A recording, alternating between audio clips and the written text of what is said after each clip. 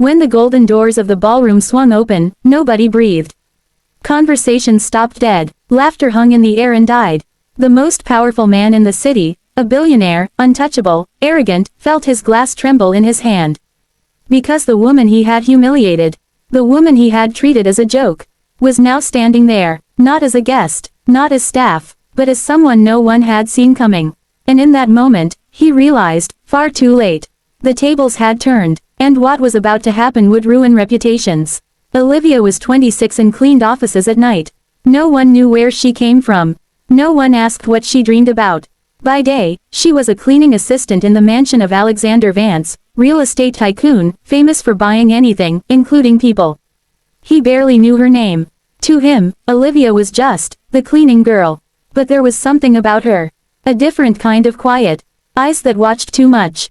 When she was alone, Olivia wrote. She sketched. She planned. And she kept a secret that would change everything. But no one in that house was ready to see it. The signs had been there, but no one bothered to look. While scrubbing marble floors, Olivia overheard multi-million-dollar deal talks. While emptying trash cans, she memorized numbers, names, promises. At night, in her tiny rented apartment, she studied finance, law, strategy. On her wall, a handwritten note. Those who watch in silence win in noise. Small clues started appearing. A lawyer who looked at her strangely. A manager who treated her with unusual respect. A phone call she took in private. Then came the invitation, the city's most exclusive charity gala, and the cruel joke that would seal everyone's fate. Alexander laughed and announced in front of everyone, "I'll pay her 10 grand to come as my date. Just to prove money can buy anything." The room erupted in laughter. Olivia simply smiled, and accepted, but not for the reasons they thought. They brought her along to humiliate her. Not to lose. The news spread through the mansion like wildfire. Olivia was going to the gala. Not as a guest, not as someone important, but as living proof that, for some people, money was an invisible leash. In the hallways, the whispers started the same day. "Did you hear, Mr. Vance is bringing the cleaning girl. $10,000, just for laughs. Can't wait to see her try to fit in with that crowd."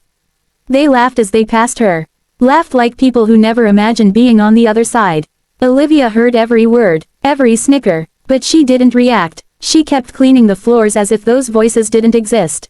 As if the humiliation was just background noise.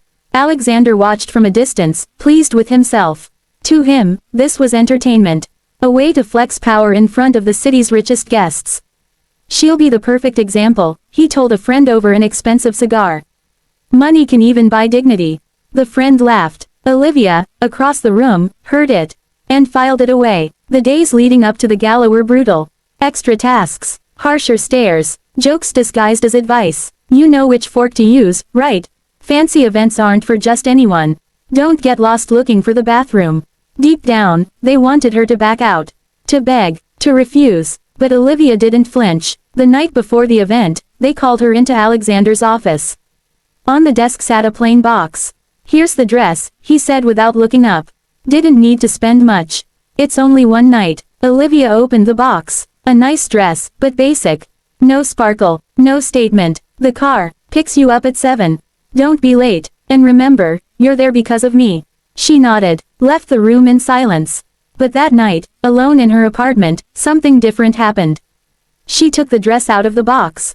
And left it on the bed, untouched. Then she opened another suitcase. One no one in that house knew about. Inside wasn't over-the-top luxury. It was intention. The night of the gala arrived. The ballroom glowed like a modern cathedral. Massive chandeliers, red carpets, musicians tuning their instruments. The elite arrived in blacked-out luxury cars.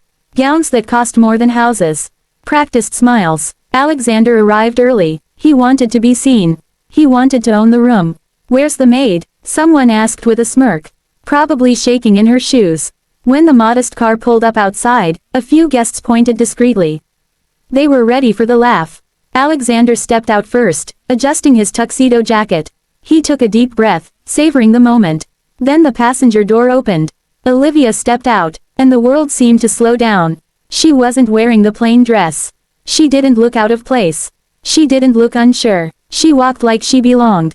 Shoulders back, steps confident, gaze steady, no excess, just presence. Conversations faded one by one. Heads turned, smiles vanished. Alexander felt an icy knot in his stomach he'd never felt before. What the hell is this? Someone muttered. Olivia didn't look at him. She looked at the room. Like someone revisiting a place she already knew. At the back, the MC received a message in his earpiece. He frowned, confirmed it twice, then took the microphone. Ladies and gentlemen, the room fell completely silent. Alexander's heart pounded harder. May I have your attention for the arrival of tonight's principal investor? Olivia stepped forward, and in that instant, Alexander understood. This night wasn't about him. It was the beginning of his end. And no one in the room was ready for what came next. She had never been the maid. She had been watching. The silence in the ballroom wasn't ordinary. It wasn't embarrassment. It was pure shock. The music had stopped. Waiters froze mid-step. Glasses hung forgotten in trembling hands. Alexander Vance felt that silence land on him like a verdict. For years he had owned rooms like this. Now, for the first time, he was just another man trying to process what was happening. Olivia, her real name was Olivia Monroe, walked to the center of the room with steady steps. No rush. Someone who has waited this long doesn't need to hurry. The MC handed her the microphone with involuntary respect. She thanked him with a small nod. Good evening. 2 words, and the entire room leaned in. Some of you know me as Olivia. Others as the cleaning girl. A few faces flushed. Others looked away. But tonight I should introduce myself properly. She took a calm breath. My name is Olivia Monroe. A ripple of whispers shot through the room like electricity. Monroe. That last name needed no explanation.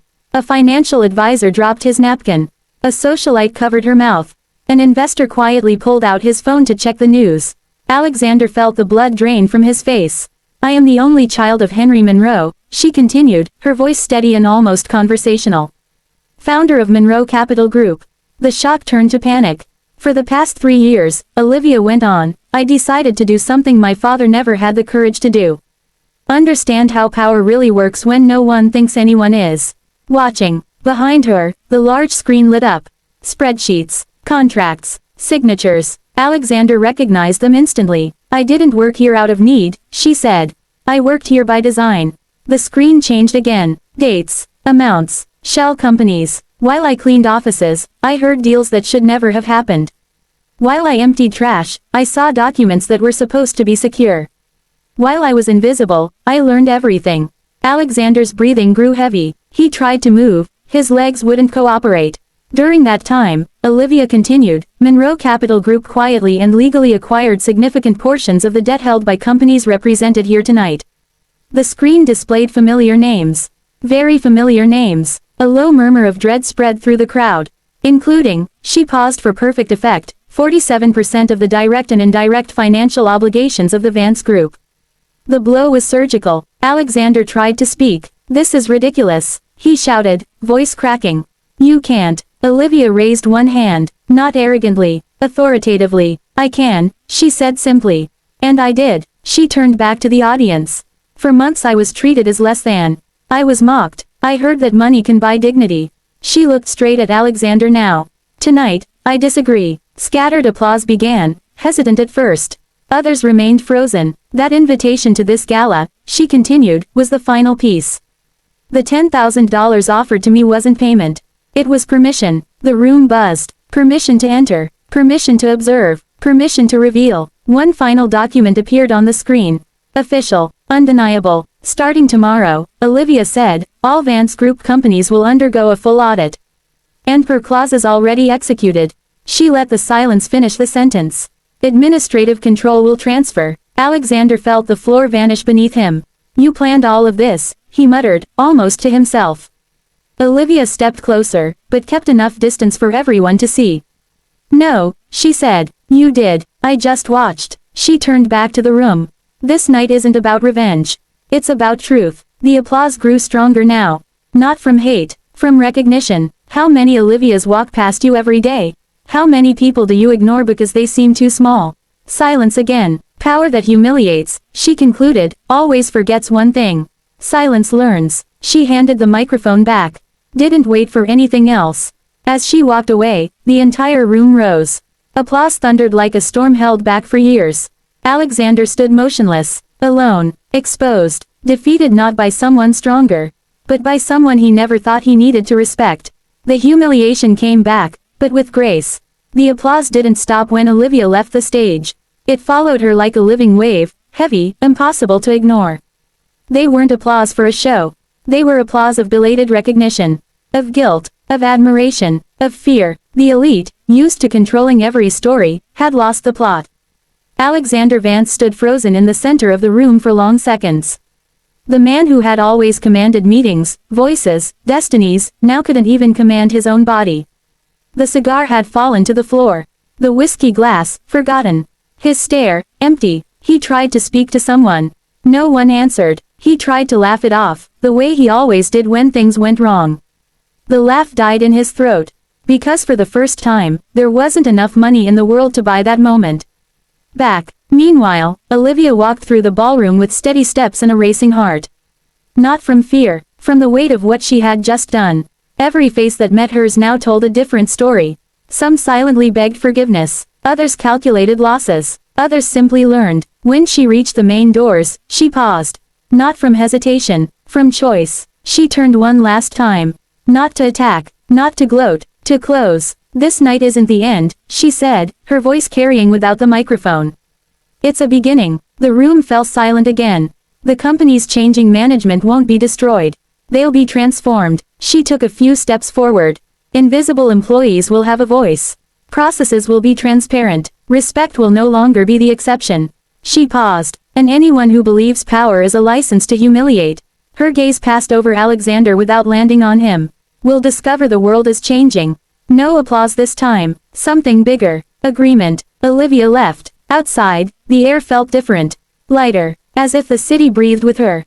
The next morning, the newspapers didn't cover gowns or social scandals. They covered numbers. Change. A historic restructuring. Vance Group loses administrative control after bombshell Gala revelation. Monroe Capital announces fund for invisible workers. Alexander woke to a silence he had never known. No calls. No favors requested. No flattery. He tried calling lawyers. All busy. Unavailable. He tried to negotiate. The contracts spoke for themselves. For the first time, he had to listen. Meanwhile, Olivia didn't chase the press. No tearful interviews. No fame grab. She worked. She created an internal program called Project Silence, a fund dedicated to training entry-level staff. Cleaning, security, maintenance, support, people who had always been there, but never seen. In one of the first meetings, a manager asked, "Why invest so much in people who will never lead?" Olivia answered without raising her voice. Because leadership starts with respect. And companies only grow when everyone grows. Months passed. Results came. Productivity rose. Turnover dropped. Processes became transparent. And something invisible but powerful began to happen. People walked a little taller. Alexander, on the other hand, became someone others avoided. Not out of revenge. Out of irrelevance. Weeks later, in a quiet cafe, he ran into Olivia for the first time since the gala. She was sitting alone, reading. He hesitated, then approached. "You won," he said bitterly. Olivia looked up slowly. "This isn't a game," she replied. "And I didn't beat you. I beat an idea." He took a deep breath. "You could have destroyed me. Why didn't you?" She closed her book. "Because destroying is easy. Building takes work." An uncomfortable silence. "And because," she added, "I needed you to understand. Not to suffer." Alexander had no reply. There wasn't one. When he walked away, Olivia returned to her book. The chapter felt closed, or so it seemed. Months later, at the opening of a new corporate center, Olivia insisted on something symbolic. The nameplates didn't honor shareholders. They honored staff. A cleaning woman cried when she saw her own name etched in metal. "I never imagined," she said. Olivia smiled. "That's the problem," she answered. "They taught you not to." That night, alone at home, Olivia took out the old cleaning badge she had worn for months. She placed it on the table.